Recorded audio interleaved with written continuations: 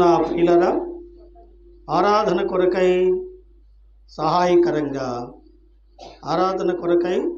సహాయకరంగా దేవుని వాక్యంలో నుండి మనం ఒక వచనాన్ని లేదా కొన్ని వచనాలను చదువుకుందాం. మొట్టమొదటిగా పాత నిబంధన గ్రంథంలోని పరమగీతముల గ్రంథం 3వ అధ్యాయము 11వ వచనాన్ని చదువుకుందాం. పాత నిబంధన 564 పేజీ, పరమగీతము 3వ అధ్యాయము 11వ వచనాన్ని చదువుకుందాం. 11వ వచనాన్ని. సియోను కుమార్తెలారా వేంచేయుడి, కిరీటము ధరించిన సొలొమోను రాజును చూడుడి. వివాహ దినమున అతని తల్లి అతనికి పెట్టిన కిరీటము చూడుడి. ఆ దినము అతనికి బహు సంతోషకరము. మరొక వచనం కృప నిబంధనలో నుండి యోహాను రాసిన సువార్త 19వ అధ్యాయము. అపోస్తలుల కార్యానికి ముందుంటుంది. యోహాను రాసిన సువార్త 19వ అధ్యాయము 5వ వాక్యాన్ని చదువుకుందాం. యోహాను రాసిన సువార్త 19వ అధ్యాయము 5వ వాక్యం చదవమ్మా. ఆ ముళ్ళ కిరీటమును ఊదారంగు వస్త్రమును ధరించిన వాడై యేసు వెలుపలకి రాగా పిలాతు, ఇదిగో ఈ మనుషుడు అని వారితో చెప్పాను. చాలు. మూడో మాట ముచ్చటగా 3 మాటలు చదువుకుందాం. మూడో మాట పాత నిబంధనలోని కీర్తన భాగం 45వ కీర్తన 11వ వచనం. పాత నిబంధనలోని కీర్తన భాగం 45వ కీర్తన 11వ వచనం. తీసారా? చదవండి. ఒక్కళ్ళు చదవండి. ఈ రాజు నీ ప్రభువు, అతడు నీ సౌందర్యమును కోరినవాడు, అతడికి నమస్కరించుము. చాలు. చదవబడిన ఈ వాక్య భాగాలను బట్టి దేవునికి మహిమ, ఘనత, ప్రభావములు కలుగునుగాక. ఇక్కడ సొలొమోను రాసిన పరమగీత గ్రంథంలో మనం సొలొమోను రాజును చూస్తున్నాం. చెప్పబడిన మాట ఏంటంటే, సియోను కుమార్తెలారా వేంచేయుడి, కిరీటమును ధరించిన సొలొమోను రాజును చూడుడి అని మాట ఉంది. ప్రియులారా, ఇక్కడ సియోను కుమార్తెలు అంటే ఎవరు? ఈ మాట మనం అర్థం చేసుకోవాలి. ఆ మాటను వివరించుకొని ముందుకు వెళదాం. కుమార్తెలు అనే మాట ఏమండి? పరిశుద్ధ గ్రంథంలో 5 కుమార్తెల పేర్లు ఉన్నాయి. 5 కుమార్తెల పేర్లు గమనించండి. ఎలిమెంటరీ స్కూల్లో ఎన్ని క్లాసులు ఉంటాయి? ఎలిమెంటరీ స్కూల్లో చదివిన వాళ్ళు ఉన్నారుగా. ఎన్ని క్లాసులు ఉంటాయి? 5 తరగతులు. హైయెస్ట్ క్లాస్ ఏంటండి? 5వ తరగతి కదండి. నిజమే, 5 తరగతులు. ఈ 5 తరగతుల్లో ఇప్పుడు ఏం చేస్తున్నారంటే కేజీ, అర కేజీ అని పేర్లు పెట్టారు. కానీ మా కాలంలో 1వ తరగతి, 2వ తరగతి, 3వ తరగతి, 4వ తరగతి, 5వ తరగతి అని చదివేవాళ్ళం కదండి. 5 సంవత్సరాలకు కానీ స్కూల్లో వేసేవాళ్ళు కాదు ఆ దినాల్లో. ఇప్పుడు 3 ఏళ్ళకే వేసేస్తున్నారు కేజీల్లో. ఆ కేజీలో మొయ్యలేక వాళ్ళ నడువులు పోతున్నాయి కదండి. నిజమే. అయితే ఈ వాక్య భాగంలో ఉన్న కుమార్తెల గురించి పొడి పొడిగానే చెప్తా. ఎందుకంటే సమయం వృధా అవుతుంది, ఎండాకాలం. పొడి పొడిగానే మనం విందాం, గమనించండి. దానికంటే ముందుగా ఒక మాట మీకు చెప్పాలి. పరిశుద్ధ గ్రంథం అంతా కూడా ప్రియులారా అలంకార భాషలో వ్రాయబడింది. అలంకార భాషలో వ్రాయబడింది. చరిత్రలాగా సవివరంగా వ్రాయబడితే మా బోటి బోధకులు అవసరమో లేదు. మీరు చదువుకోవచ్చు, మీరే అర్థమో చేసుకోవచ్చు. కానీ ఇది అలంకార భాషలో వ్రాయబడింది కాబట్టి ఈ మాటలు మనం గుర్తుపెట్టుకోవాలి. ఇది పోల్చబడిన వాక్యం, పోలికలతో ప్రకటించబడిన వాక్యం. ఏమిటి పోలికలు అంటే, మొదటిగా ఈ వచనంలో కుమార్తెలు అనేవాళ్ళు ఉన్నారు. రెండవది సొలొమోను రాజు ఉన్నాడు. మూడవది కిరీటము ఉంది. నాలుగవది అతని తల్లి. ఎవరు పెట్టారు ఆ కిరీటం? అతని తల్లి పెట్టిన కిరీటం ఇది. ఐదవది ఏంటంటే వివాహ దినము. ఏంటంట? వివాహ దినమున అతని తల్లి అతనికి పెట్టిన కిరీటం. గమనించండి. ఆరోది ఏంటంటే ఆ దినమట అతనికి బహు సంతోషం. ఇందులో 7 విషయాలు ఉన్నాయి, క్లుప్తంగా మనం చెప్పుకుందాం. కుమార్తెలు అన్నాను కదూ, ఇందులో 5 తరగతులు అన్నాను. ఈ 5 తరగతుల్లో మొదటి తరగతి ఇశ్రాయేలు చరిత్ర ఎక్కడ ప్రారంభమవుతుంది? ఐగుప్తు దేశములో ప్రారంభమవుతుంది. ఐగుప్తు దేశంలో వాళ్ళు ఎలా ఉన్నారండి? బానిసలుగా ఉన్నారు. ఎలా ఉన్నారు? బానిసలుగా ఉన్నారు. కాబట్టి యేసు ప్రభువారు యోహాను సువార్త 8వ అధ్యాయంలో చెప్పారు, పాపము చేయువాడు పాపమునకు దాసుడు, స్లేవ్ అనే మాట ఇంగ్లీష్లో ఉంది. దానికి సరైన తోచబడిన పదం ఏంటంటే బానిస, స్లేవ్. పాపమునకు బానిసలము. మునుపు మనము పాపమునకు బానిసలము. కాబట్టి ఐగుప్తు కుమారి 1వ తరగతి. ఏం తెలియదు వాళ్ళకి. వాస్తవానికి నిర్గమకాండం మనం చదివితే యోసేపును ఎరుగని వారు, యెహోవాను ఎరుగని జనాంగం అట్ట వాళ్ళు. మా పితరుడైన అబ్రాహాము దేవా, యాకోబు దేవా, ఓ దేవా అన్నారు, కానీ ఆయన పేరేంటో వాళ్ళకి తెలియదు. అంతేకాదు, వారు ఐగుప్తుకు రావడానికి కారణమైన యోసేపు కూడా వాళ్ళకి తెలియదు. గమనించండి, 1వ తరగతిలో ఉన్న పిల్లలకి ఏం తెలుసు? ఏం తెలియదు. అందుకని ఏం చేయాలి? పలకాడి చేత పట్టించి, ఇంకో చేత మనం పట్టుకొని, బలపం ఆడి చేత పట్టించి, ఇంకో చేయి మనం కూడా పట్టుకొని ఏం చేయాలి? ఏమండి, అక్షరాలు దిద్దిచ్చే. ఎందుకంటే ఈ don't know, you know everything. అతనికి ఏమీ తెలియదు. కారణం ఏంటంటే అతడు ఇంకా మెచ్యూర్ అయిన మైండ్ కలిగిన వాడు కాదు. ఐగుప్తులో ఉన్నారు వాళ్ళు, బానిసత్వంలో ఉన్నారు. అవును, మనము మునుపు దూరస్తులము, పాపమునకు బానిసలము. రెండవది ప్రియులారా, బబులోను కుమారి. ఈ వచనాలు ఇదివరకు చూపించాను, మీలో చాలామంది గుర్తుంటాయి, రాసుకొని ఉంటారు. ఏం పేరు చెప్పండి? బబులోను అనేది ఇశ్రాయేలుకు ఎటువంటిది? ఇదొక చెర. బబులోను చెరకు వారు యెరూషలేము నుండి తీసుకొని పోబడ్డారు. గమనించారా? చెర అంటే బంధించబడ్డారు. నిజమే, పాపము చేయువాడిని పాపం ఏం చేసిద్దండి? బంధించిద్ది. దాంట్లోంచి బయటికి రాదు. ఏందోరా, ఆ పూటకు సిగరెట్ కాల్చకూడదు అనుకుంటాను, కానీ ఏం చేస్తాయి? నరాలు పీకుతూ ఉంటాయి. కారణం ఏంటంటే అది బంధించింది నిన్ను కదా. ఇలా ఎన్నో చెప్పుకోవచ్చు. మానవుడు అనేక బంధాల చేత, పాప బంధాల చేత బంధించబడి ఉన్నాడు, బయటికి రాలేకున్నాడు. ఇంకో మాట, కీర్తనల గ్రంథం 40వ అధ్యాయంలో మనం చదువుతున్నాం. ఏం చదువుతున్నామండి? జిగటగల దొంగ ఊబి, నాశనకరమైన గుంట. ఎక్కడున్నారట? ఊబిలో ఉన్నాడు. ఊబి యొక్క లక్షణం ఏంటి?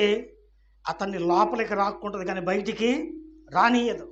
నిజమే, మెల్లగా ఫ్యాషన్గా అలవాటు సావు వరకు తీసుకెళ్ళిద్ది కానీ బాగుపడనీయదు కదండి. భార్యనైనా అమ్ముతాడు కానీ తాగుడు మానడు ఆ మహానుభావుడు. ఎందుకంటే అది లాగుతుంది ఆయన్ని కదండి. ఇది రెండవది బబులోను కుమారి. ఈ బబులోను చెర నుండి విడిపించబడి వారిని ఎక్కడికి తీసుకొచ్చారు చెప్పండి? యెరూషలేముకు తీసుకొచ్చారు. ఏమండి? యెరూషలేముకు తీసుకొచ్చారు. యెరూషలేము అనగా దేవుని మందిరము. యెరూషలేము అనగా దేవుని మందిరము. దేవుని మందిరము అనగా సంఘం, సహవాసం కదండి. 3వ క్లాస్ అది. అప్పుడు కాస్త మెచ్యూరు. అన్నీ విడిచిపెట్టి, పాపం విడిచిపెట్టి, బానిసత్వం విడిచిపెట్టి, చెర నుంచి బయటకు వచ్చి ఎట్టకట్ట దేవుడి సన్నిధిలో పాపాలు ఒప్పుకొని విడిచిపెట్టి రక్షింపబడి దేవుని ఆరాధించడానికి దేవుని ఆలయానికి వచ్చిన స్థితి. దాన్నే యెరూషలేము కుమార్తె అంటారు. 3వది యెరూషలేములో ఉండే వాళ్ళని ఏమన్నారండి? ఇశ్రాయేలీయులు అన్నారు. ఏమన్నారు చెప్పండి? ఇశ్రాయేలీయులు. ఇశ్రాయేలు 12 గోత్రాలు, వాళ్ళందరూ ఇశ్రాయేలీలే.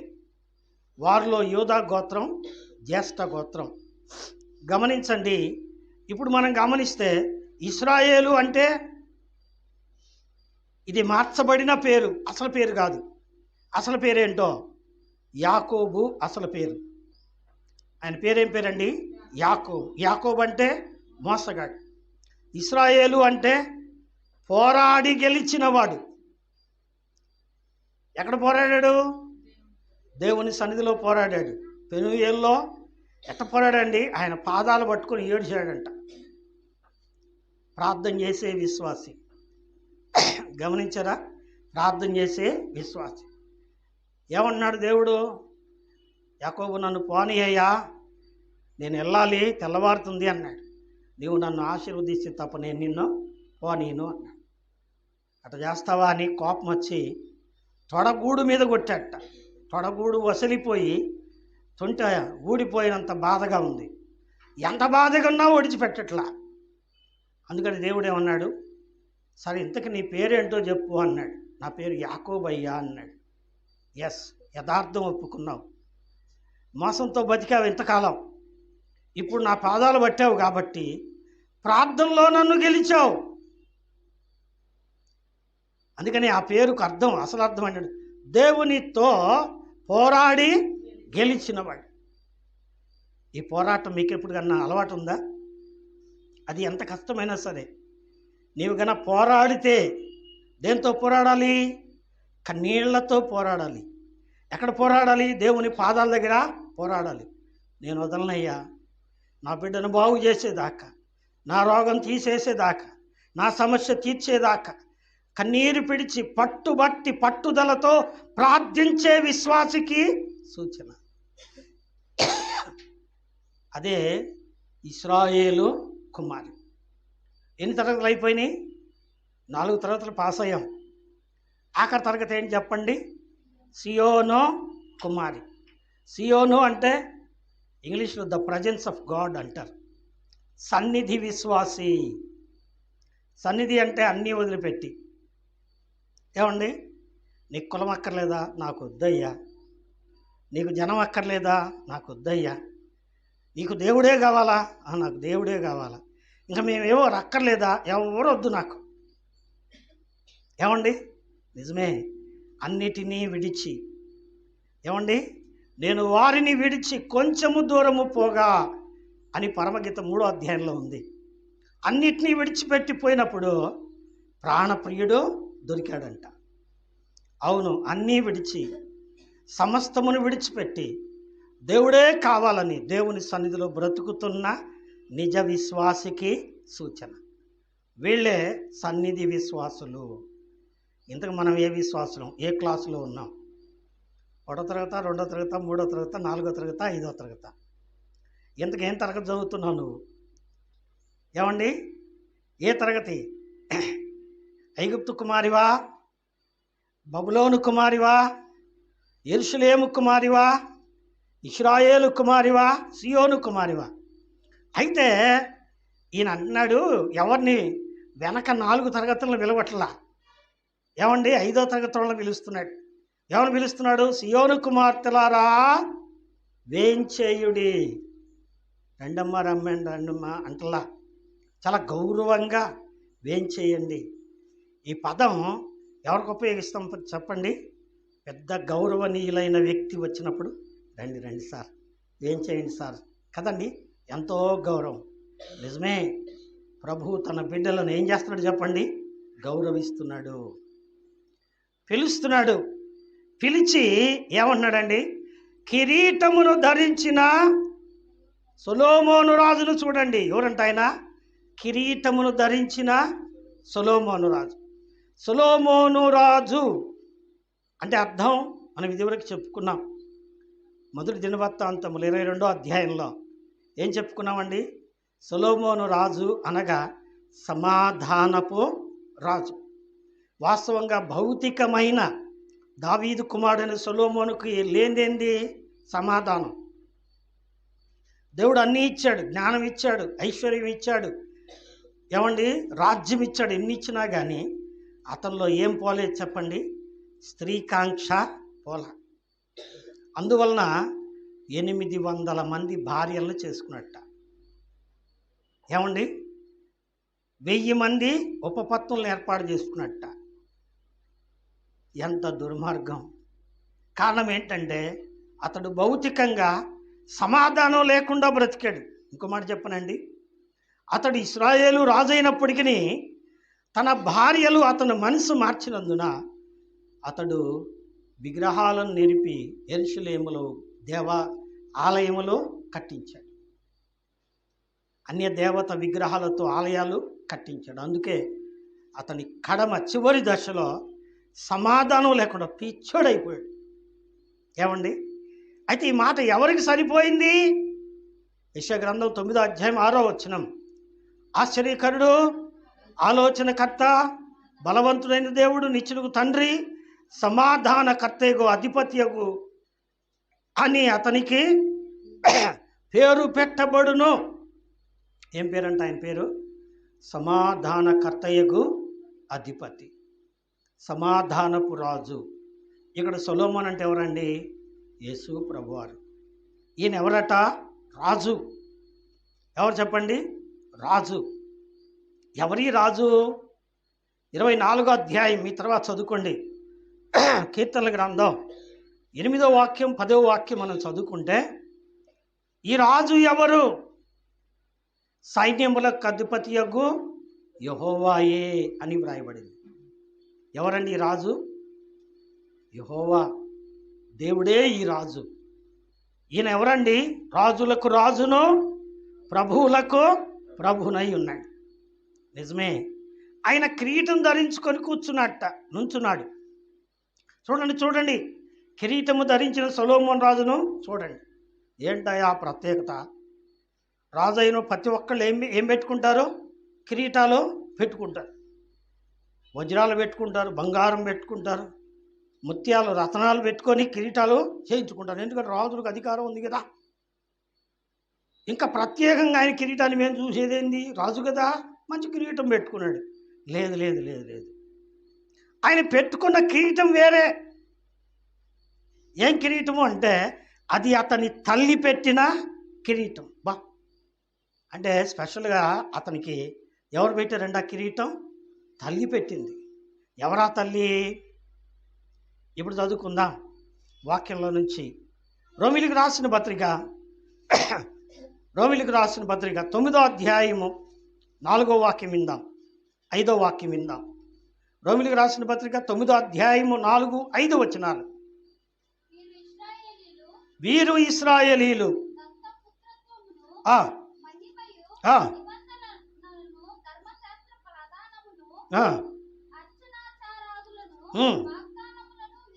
వీరివి, పితరులు వీరివారు, శరీరాన్ని బట్టి క్రీస్తు వీరిలో. ఎవరిలో పుట్టాడు ఆయన? ఎవరిలోంచి వచ్చాడు? ఇశ్రాయేలీలలో నుండి వచ్చాడు. అంటే యేసుక్రీస్తుకు తండ్రి ఎవరో? దేవుడు. తల్లి ఎవరో? ఇశ్రాయేలీయులు. అందుకని ఆయన యూదా వంశంలో పుట్టాడు గనక యూదా గోత్రపు సింహం అన్నాడు.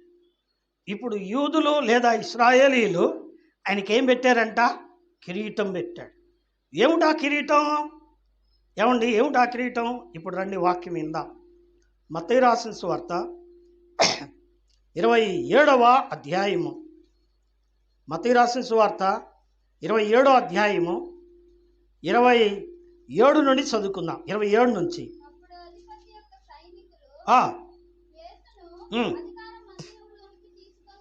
పోయి సమకూర్చి వారు ఆయన వస్త్రములు తీసివేసి ఆయనకు ఎర్రని అంగీ తొడిగించి, ఏం కిరీటం?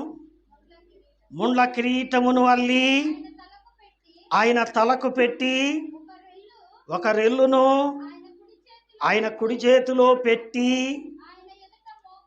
ఆయన ఎదుట మోకాళ్ళుని, యూదుల రాజా నీకు శుభమని ఆయనను అపహసించిరి.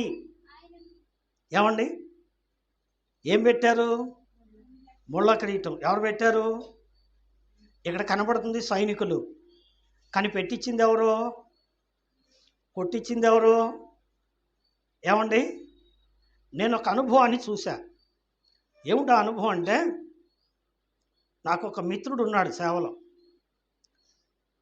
రత్నకుమార్ అని, నసరాపేట దగ్గర ఇసుపాలెంలో ఉండేవాడు. ఆయన బ్యాప్టిస్ట్ సంస్థలోంచి బయటకు వచ్చి స్వయంగా నాలాగా సేవ చేసుకుంటున్నాడు. ఆయన్ని పల్లెలో ఒక అతను వచ్చి నా కొడుకు పెళ్లి చేయండి అన్నాడు. పెళ్లి చేయడానికి ఆయనకి లైసెన్స్ లేదు, అందుకని నన్ను పిలిచాడు. ఆయన పెళ్లి చేయడానికి నేను వెళ్తూ గంత బొంత ఎంటేసుకొని పాడేవాళ్ళని ఆడేవాళ్ళని తీసుకొని పోయా పెళ్లి చేయడానికి. తీరా ఆడకపోయిన తర్వాత పోలీసులు వచ్చారు. ఏంటయ్యా అంటే, ఈ రత్నకుమార్ పాస్టర్ మీద కేసు పెట్టారు అన్నాడు. ఏం సంగతి నీకు తెలీదా? ఈ పెళ్ళి ఎవరు చేయాలి? బ్యాప్టిస్ట్ సంస్థ వాళ్ళు చేయాలి. నువ్వెట్ట చేస్తావు? నీ మీద ఆ సంస్థ వాళ్ళు కేసు పెట్టారు. తీరా విషయం కనుక్కుంటే, అది కాదు సార్, చెప్పండి, ఇదేమన్నా అర్థం ఉందా? ఇది క్రైస్తవ సంబంధమైంది కదా అని నేను అడిగితే, మరి పిచ్చోడా, వాళ్ళ సంఘ పెద్ద 10,000 రూపాయలు లంచం ఇచ్చాడు రా ఈయన పట్టుకొచ్చి కొట్టమని అన్నాడు ఎస్ఐ గారు. ఎక్కడయ్యా డబ్బులు అంటే సందాపేటలో అంట. ఏం చేస్తున్నారు చెప్పండి? కొట్లాటకు తగాదకి ఏం ఉపయోగిస్తున్నారు? దేవుని కానుకలను ఉపయోగిస్తున్నారు. ఏంటిది? రాజకీయం. ఈనాడు కూడా సంఘాల్లో ఉన్నాయి కదండి. నిజమే, దేవుని స్తోత్రం. ఎంత గొప్ప సంగతో. అలాగే ఆ దినాల్లో సైనికులకు ప్రధాన యాజకులు లంచం ఇచ్చారు. ఇంకో వ్యక్తి కూడా ఇచ్చారు లంచం. బైబిల్లో లిఖితమై ఉంది. ఎవరు అతను చెప్పండి? ఇస్కరియోతు యోధా. ఎంత ఇచ్చారు ఆయనకి? 30 వెండి నాణ్యాలు తూకం వేసి ఇచ్చేస్తా. అది కూలా? కాదు, లంచం. ఎందుకు? యేసు ప్రభువును మాకు పట్టి. ఏమండి, భక్తులకే ఇంత దుర్మార్గపు చర్యలా? అందుకే వారికి రక్షణ లేదు. ఈనాడు కూడా చాలామంది ఇదే ప్రవృత్తిలో బ్రతుకుతున్నారు. దౌర్భాగ్యం అదే క్రైస్తవత్వానికి. అలాగైతే ఈ సైనికులకు యూదులు, ఇశ్రాయేలీలు కక్షతో సొమ్మును లంచంగా ఇచ్చి ఏం చేశారండి? కొరడాలతో కొట్టమన్నారు. ఏం కొరడాలు అయ్యి? ఏమండి, ఆ కొరడాలకు ఇనప ముక్కలు ఉన్నాయి. పిలాతు అది విని ఆశ్చర్యపోయాడు. ఇదేంటి ఇంత కక్ష? ఆ కొరడాలకు ఎముకలు ముక్కలు ఉన్నాయి, అవి ఆయన ఒళ్ళో చీలుస్తున్నాయి. ఏంటి అలా ఎందుకు కొట్టారు అంటే, ఏదో అయిపోయిందండి అన్నారు. అసలు కారణం ఏంటంటే, యూదులు వారికి లంచం ఇచ్చి కంటారా ఆయన హింస పడుతుంటే చూసి సంతోషించారు వాళ్ళు. ఎందుకు అంటే, యూదుల రాజును అని ప్రభు అన్నారు. అది వాళ్ళ కక్ష కదండి. రెండవది ఏం చేశారండి? ఆయన తలను ముళ్ళను కిరీటముగా అల్లి ఆయన తలకు పెట్టారు. పెట్టి ఏం చేశారండి? యూదుల రాజా నీకు శుభమని ఎగతాళి చేశారు. వాళ్ళు ఎగతాళి చేసిన వాస్తవానికి ఆయన ఎవరు చెప్పండి? రాజే. ఆయన రాజే. ఎందుకు ఆ ముళ్ళ కిరీటాన్ని పెట్టుకున్నాడు? ఆ ముళ్ళ కిరీటాన్ని పెట్టుకోవటం వలన ప్రయోజనం ఏంటి? అలా పెట్టుకోవలసిన ఆవశ్యకత ఏమిటి? ఏమండి, ఆ ముళ్ళ కిరీటం ఎవరు? వాక్యంలో ఇంకో మాట చూద్దాం రండి. పరమగీత గ్రంథం 2వ అధ్యాయము 2వ వాక్యం విందాం. పరమగీత గ్రంథం, బలు రక్కసి చెట్లలో వలి పద్మము కనబడినట్లు స్త్రీలలో నా ప్రియురాలు కనబడుతుంది. ఏమా ఎక్కడుందండి? బలు రక్కసి చెట్లలో ఉందట. చెప్పండి, ఎక్కడుంది? బలు రక్కసి చెట్లలో ఉంది. బలు రక్కసి చెట్లు ఏమిటి? బలు రక్కసి చెట్ల యొక్క ప్రత్యేకత అంటే ప్రియులారా, ఇది శాపముతో కూడిన దేవుని కోపం. శాపముతో కూడిన దేవుని కోపం. రండి, ఆదికాండ గ్రంథం 3వ అధ్యాయము. ఆదికాండ గ్రంథం అండి 3వ అధ్యాయము 18వ వచనాన్ని విందాం. చదవమ్మా. దానికి పైగా చదివితే, నీవు నీ భార్య మాట విని నేను తినవద్దన్న పండు తిన్నావు గనుక నీ నిమిత్తము నేల ఏమైంది? శపించబడింది. శపించబడింది గనుక అది నీకు ముళ్ళ తుప్పలను గచ్చ పొదలను మొలిపించును. విన్నరా? అంతకుముందు శాపం లేదా? లేదు. అంతకుముందు భూమి మీద శాపము లేదు. ఎప్పుడైతే దేవుని ఆజ్ఞ ఆదాము మీరాడో అప్పుడు శాపం బయలుదేరింది. ఆ శాపానికి గుర్తేంటి చెప్పండి? ఏమండి, ఆ శాపానికి గుర్తేంటి? ముళ్ళు. ఏమ్మా? ముళ్ళు. ఈ ముళ్ళుని గురించి కూడా కొన్ని మాటలు మనం జ్ఞాపకం చేసుకుందాం. ఈ ముళ్ళుని గురించి కూడా గమనించండి.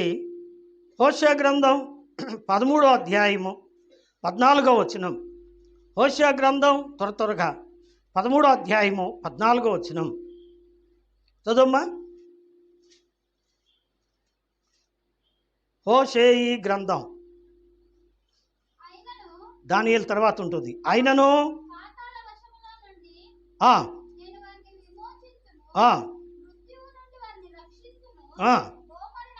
ఓ మరణమా నీ విజయం ఎక్కడా? ఓ మరణమా నీ ముల్లెక్కడా? చాలండి, ఇది ప్రవచనం. ఏంటంట? మరణము అనేది ముళ్ళుతో సమానం.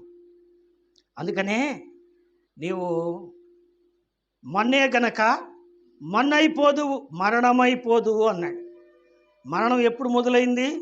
భూమి మీద దేవుడు గచ్చ పొదలను ముళ్ళ తుప్పలను మొలిపించిన తరువాత మరణం మొదలైంది కదండి.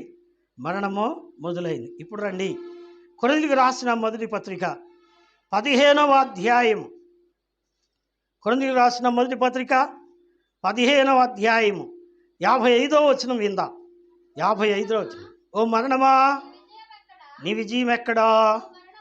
ఓ మరణమా నీ ముల్లెక్కడా? మరణపు ముళ్ళు పాపము, పాపమునకున్న బలము ధర్మశాస్త్రము. చాలండి. ఏంటంట? ఆ ముళ్ళు మరణం, ఆ ముల్లే శాపం. గమనించారా? మానవుడు పాపం చేసి శాపాన్ని తెచ్చుకున్నాడు. అందుకని మానవుని నిమిత్తం నేల ఏమైంది? శపించబడింది. మానవుడు కూడా శపించబడ్డాడు. శపించబడిన మానవుడు తన శాపాన్ని తీసివేసుకోవాలి, లేకపోతే అతడు వృద్ధిల్లడు. ఎందుకంటే అతడు ఏదేను వనము నుంచి వచ్చాడు. ఏదేను వనము అంటే పరదైసు, దేవుడు ఉండే స్థలం. అందులో నుంచి ఆయన వెళ్ళగొట్టబడ్డాడు. మళ్ళీ అక్కడికి వెళ్ళాలంటే ఈ పాపం తీసేసుకోవాలి, ఈ శాపాన్ని తీసేసుకోవాలి. ధర్మశాస్త్రం ఏం చెప్తుందంటే పాపం వల్ల వచ్చు జీతం మరణం అని చెప్తుంది. అయితే ఆ పాప నివృత్తి ఎలా జరుగుతుందో చెప్పలేదు. అలా చేయాలంటే ఏం చేయాలండి? అందుకే యేసు ప్రభువారు ఒక గొప్ప ప్రణాళిక ఏర్పాటు చేశారు. అదేంటి? గలతీయులకు రాసిన పత్రిక 3వ అధ్యాయం 14వ వచనం విందాం. 3లో 14. ఆ, ఆ, ఆ. కలుగుటకై క్రీస్తు మన కోసము శాపమై మనలను ధర్మశాస్త్రము యొక్క శాపము నుండి విమోచించెను. చాలండి. ఏం చేసినట్ట? మనలను ధర్మశాస్త్రము యొక్క శాపము నుండి విమోచించు. వాస్తవానికి పాపం పోవాలి అంటే అసలు పాపం ఎక్కడ ప్రారంభమైందండి? వినేవాళ్ళు చెప్పండి. పాపం అనేది ఎక్కడ ప్రారంభమవుతుంది? ఒక పురుషుడు కానీ, ఒక స్త్రీ కానీ, ఒక వ్యక్తి కానీ పాపం చేయాలి. పాపం చేయడానికి అసలు అది ప్రారంభమైంది ఎక్కడి నుంచి? మైండ్లో నుంచి ప్రారంభమవుద్ది కదండి. ఈ మనసులో ఉండే చెడు ఆలోచన మానవుని పాపానికి ప్రేరేపిస్తుంది కదండి. ఇంతకుముందు చదువుకున్నాం. ఆకాను ఏం చేశాడండి? చూశాడు, ఆలోచన చేశాడు. అమ్మో, ఈ బంగారం వదిలిపెడితే ఎట్టా అని ఎత్తుకుని పోయాడు కదండి. అంటే మొదట పాపం ఎక్కడ మొదలవుతుంది? ఇన్ ద మైండ్ కదండి, మెదడులో ప్రారంభమవుతుంది. కాబట్టి మానవుని ఆలోచన పాపం, మానవుని తలంపు పాపం. ఆ తలంపులను, ఆలోచనలను ఉన్న పాపాన్ని ప్రక్షాళన చేయడానికి ఎక్కడ పెట్టుకున్నాడండి ఆయన? తలలో పెట్టుకున్నాడు ఆ కిరీటం. అది ముళ్ళ కంప. ఆ ముళ్ళను తలకో చుట్టట. చుట్టినప్పుడు గుచ్చుకుంటాయా? గుచ్చుకోవా? ప్లాస్టిక్ అయినా గుచ్చుకుంటాయి. నా మాట మీకు అర్థమైందో లేదో? అయితే యేసు ప్రభు వారికి చుట్టినవి ప్లాస్టిక్ కాదు, రబ్బరీ, అంతకంటే కాదు. ద ఒరిజినల్ సిసలైన బలు రక్కసి ముళ్ళు. అవి గుచ్చుకుంటాయా? గుచ్చుకోవా? నాకు అనుభవం ఉంది. గత కాలంలో ఒకరోజు బాత్రూంలో స్నానం చేస్తూ ఉండగా కాలు జారింది. జారి ముందుకు పడ్డాను. ఈ తల గోడ కొట్టుకుంది. దాదాపు అరగంట సేపు నాకు మైండ్ రాలా. నా భార్య, నా కూతురు ఇద్దరు నన్ను చాలా సముదాయించారు. కానీ నా తల ఒక విధమైన ట్రాన్స్లోకి వెళ్ళిపోయింది. అంటే మైకంలోకి వెళ్ళిపోయింది. చిన్న ఆ గోడ తగిలితేనే అంత బాధగా ఉందే. ఆ తల చుట్టూ ముళ్ళు ఉన్నాయి. ఆ ముళ్ళు ఏం చేస్తున్నాయండి? గుచ్చుకుంటున్నాయి, సూదులు గుచ్చుకున్నట్టు. ఏమండి, ఒక అమ్మాయికి సూది వేయించుకోవటం అంటే భయం. డాక్టర్ గారు వెనకాల పరిగెత్తాలంట సూది తీసుకొని. ఓ భయం కదండి, సూదికే భయం కదండి. నిజమే. అలాగైతే ఆయన తలలో ముళ్ళు గుచ్చుకుంటున్నాయి. ఆ గుచ్చుకుంటున్న ముళ్ళు నొప్పి పుడతాయి. గుచ్చుకున్నప్పుడు ఏమవుతాయండి? ఈ తలలో సన్నని నరాలు ఉంటాయి. వీటిని ఏమంటారండి? నాడులు అంటారు. ఈ నాడుల్లో సూది గుచ్చుకున్నట్టు, ముళ్ళు గుచ్చుకున్నప్పుడు షాక్ అవుతుంది. ఏమవుతుంది చెప్పండి? మెదడు షాక్ అయిపోద్ది. నాడులు గాయపడ్డప్పుడు మెదడు షాక్ అయిపోతుంది. కళ్ళు బయర్లు గమ్ముతాయి. తలకు దెబ్బ తగలగానే ఏమవుద్దండి? కళ్ళు బయర్లు గమ్ముతాయి. నిజమే. యేసయ్య ఎలా భరించాడో ఆ బాధ. ఆ ముళ్ళు గుచ్చుకుంటున్నాయి, ముళ్ళు గుచ్చుకుంటున్నాయి. ఏమండి, చేతిలో ఒక రెల్లు పెట్టి మోకాళ్ళుని యూదుల రాజా నీకు శుభమని ఎగతాళి చేసి ఏం చేశారండి? ఆ రెల్లును లేదా ఆ కర్రను చేతపట్టుకొని ఆ తల మీద కొట్టిరి. మరోసారి రాయబడింది, ఆ ముళ్ళను అదిమి పట్టారట. ఏం చేశారు చెప్పండి? అదుముతున్నారు. అదుముతుంటే ఆ ముళ్ళు ఏం చేస్తున్నాయి? ఇంకొంచెం లోపలికి వెళ్తున్నాయి. ఈ ముళ్ళు గుచ్చుకునే కొంది ఏమొస్తుంది చెప్పండి? రక్తం ధారలుగా కారుతుంది. ఏమండి, రక్తం ధారలుగా కారుతుంది. ఇది ఎవరు పెట్టిన కిరీటం? ఇప్పుడు వాక్యం మీకు అర్థమైంది అనుకుంటా. ఇది తల్లి పెట్టిన కిరీటం. ఎవరు ఆ తల్లి? యూదులు. ఏమండి, యెషయా 9:6 ఎవరి కోసం? యూదుల కోసమే ప్రవచనం. ఏమండి, అయితే వాళ్ళు కాలదన్నారు. ఆయన్ని సిలువ వేసి క్రూరంగా చంపారు. అయితే ఆ భాగ్యము, ఆ దివ్యమైన దీవెన ఎవరికి దక్కిందండి? అన్యజనులమైన మనకు దక్కింది. అదే ఏమండి గలతీ 3:13 ఉంది, 13:14 ఏమండి? అబ్రహాము ఆశీర్వాదము అన్యజనులమైన మనకు కలుగునట్లు. కలగాలంటే ఏం చేయాలా? ముందు బుద్ధిని బాగు చేయాలి. ఏమండి?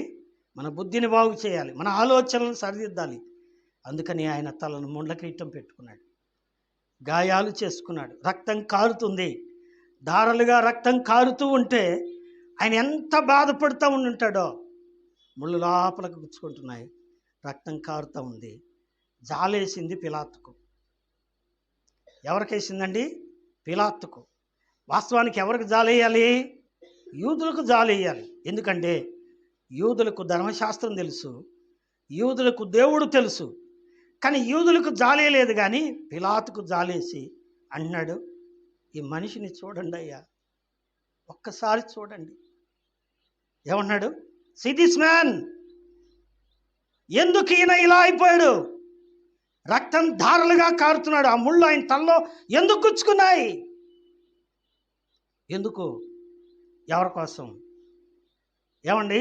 ఆ పరమగీతంలో రాయబడ్డ మాట ఏమండి? ఏమిటా మాట అంటే, వివాహ దినమున అతని తల్లి అతనికి పెట్టిన కిరీటం అన్నాడు. ఏంటంట? వివాహ దినము. తెలుగులో ఇలా ఉంది, కానీ ఇంగ్లీష్ బైబిల్లో ఎస్పోషల్ అని ఉంది. ఎస్పోషల్ అంటే అర్థం ఏంటంటే బెట్రోతల్ అని ఒక అర్థం ఉంది, ఇంకోటి ఏంటంటే అడాప్షన్, మూడోది ఏంటంటే సపోర్ట్. 3 అర్థాలు వస్తాయి.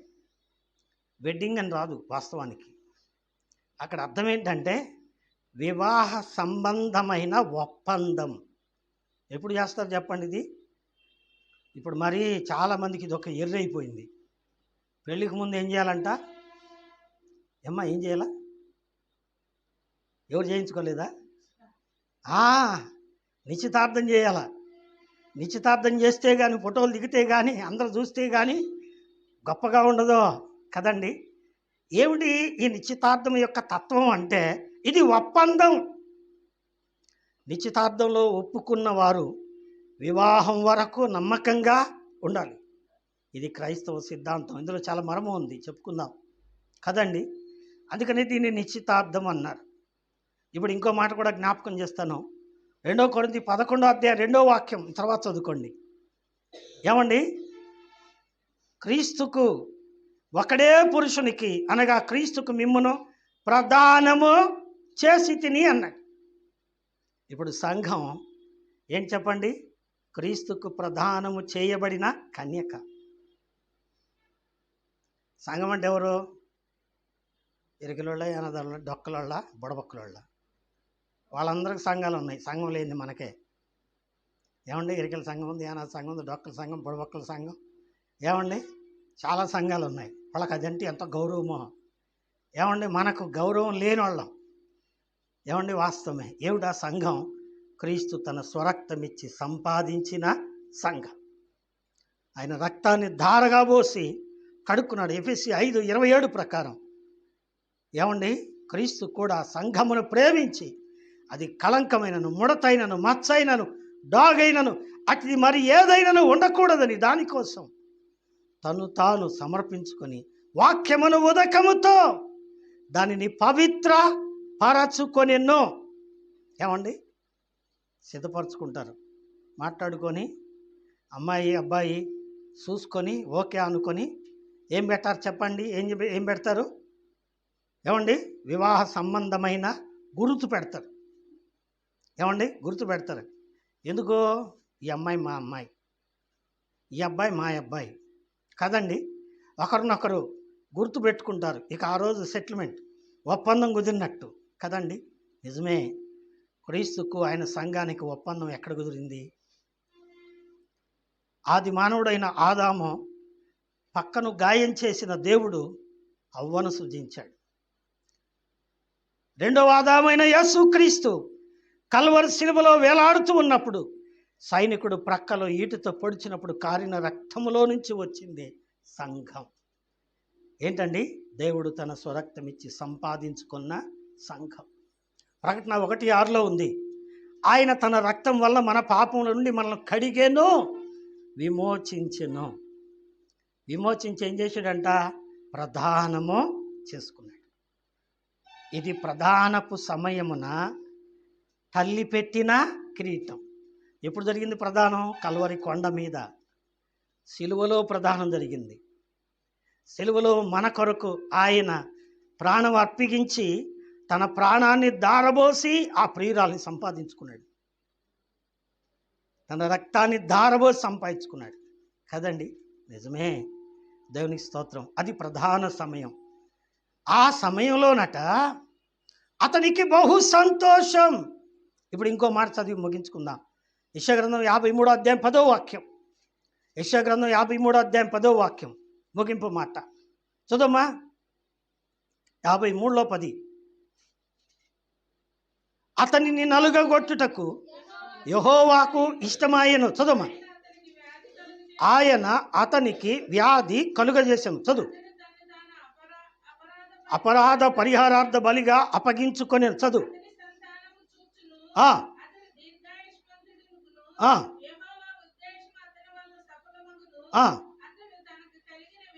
వినండి. అతడు తనకు కలిగిన వేదనను బట్టి he fulfilled with that. అతడు సంతృప్తి పొందాట. ఎప్పుడు సంతృప్తి? ఎంత బాగా నా రక్తం కారుతున్నారో, ఎంత బాగా నన్ను పొడుస్తున్నారో, బాగా జరగాలని, బాగా జరిగింది నాకు.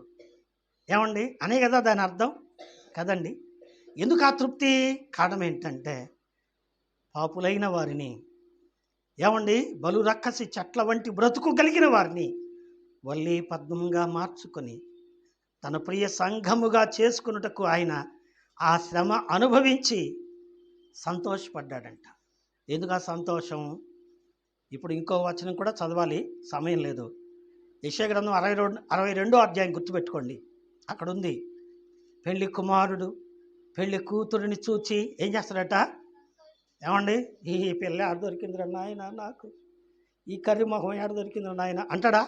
అండో. ఏమండి ప్రదానం చేయబడ్డప్పుడు ఆ పిల్లని చూసి సంతోషపడి మా ఆవిడ బాగుందా ఫ్రెండ్స్కు చెప్పుకుంటాడు కదండి. నిజమే, సంతోషముతో ఉన్నట్ట. ఎందుకండి? తన ప్రియురాలు సంఘాన్ని ఆయన సంపాదించుకున్నాడు. ఇప్పుడు ముగింపులోకి వద్దాం. ఏమంటున్నారండి? సియోను కుమార్తెలారా ఏం చేయండి? కిరీటము ధరించిన సొలొమోను రాజును చూడండి. ఎవరైనా ఆ ముళ్ళ కిరీటమును ఉదారంగు వస్త్రమును ధరించుకున్న యేసు, ఆయన ఎవరంట? ఈ రాజు నీ ప్రభు. He is your king. King James వర్షన్లో ఉంది. ఏమండి? He is thy king, thy lord, worship thou him అని ఉంటుంది ఇంగ్లీష్లో. ఆయన నీ ప్రభువు, నీ రాజు, ఆయన నువ్వు ఆరాధించు. ఎందుకోసం అంటే నీ కొరకు తను తాను బలి చేసుకున్నాడు. నీ కొరకు తన తలను ముళ్ళతో గుచ్చుకున్నాడు. నీ తలంపులు మార్చి నిన్ను పరిశుద్ధపరిచి పరలోక రాజ్యములో తన సింహాసనంలో కూర్చోబెట్టి బంగారు కిరీటాన్ని నీకు ఇవ్వడానికి. ఎంత గొప్ప ప్రేమ అండి. నిజంగా ఈ ప్రేమకు ఏమి ఇవ్వగలం చెప్పండి? ఏమి ఇవ్వగలం? ఏమండి ఏమి ఇవ్వగలం? ఒక చక్కని పాట ఉంది. ముళ్ళ మా కూటంబైన తలను జూచి స్వర్ణ కిరీటం పెట్టి ఆనందింతు. ముళ్ళ మా కూటంబైన తలను స్వర్ణ కిరీటం పెట్టి ఆనందింతు. కొరడాతో కొట్టబడిన వీపును చూచి, కొరడాతో కొట్టబడిన వీపును చూచి ప్రతి ఒక్క గాయము, ప్రతి ఒక్క గాయము ముద్దాడేదని. Praise the lord. ఏం చేస్తుందంట? ఏమండి ముళ్ళ మగుటమైన తలను చూస్తాను, కొరడాతో కొట్టబడిన గాయాలను చూస్తాను, ప్రతి గాయాన్ని ఏం చేస్తాను? ముద్దాడుతాను. ఎందుకంటే నా కోసం ఆయన గాయపరచబడ్డాడు, నా కోసం రక్తం కార్చుకున్నాడు, నా కొరకు ప్రాణం పెట్టాడు. ఈ ప్రేమ నా కోసమే. అలాగైతే వింటున్న నీ కోసం కాదా? నీ కోసమని నీకు అర్థమైందా? అలాగైతే ఈయన నీ ప్రభు, నీ కొరకు ప్రాణం పెట్టిన ప్రభు. ఆయన్ని ఆరాధించు, ఆయన కృతజ్ఞత చెల్లించు, ఆయనకు నీ జీవితాన్ని అర్పించు, పాపాన్ని విడిచిపెట్టు. పరిశుద్ధ లోకానికి నిన్ను చేరుస్తాడు, ఆశీర్వదిస్తాడు. అతి కృప వాక్యమిన మనకందరికీ ప్రభు అనుగ్రహించును గాక. దేవుడు తన మాటలను మన కొరకై ఆశీర్వదించును గాక. ఆమేన్, ఆమేన్.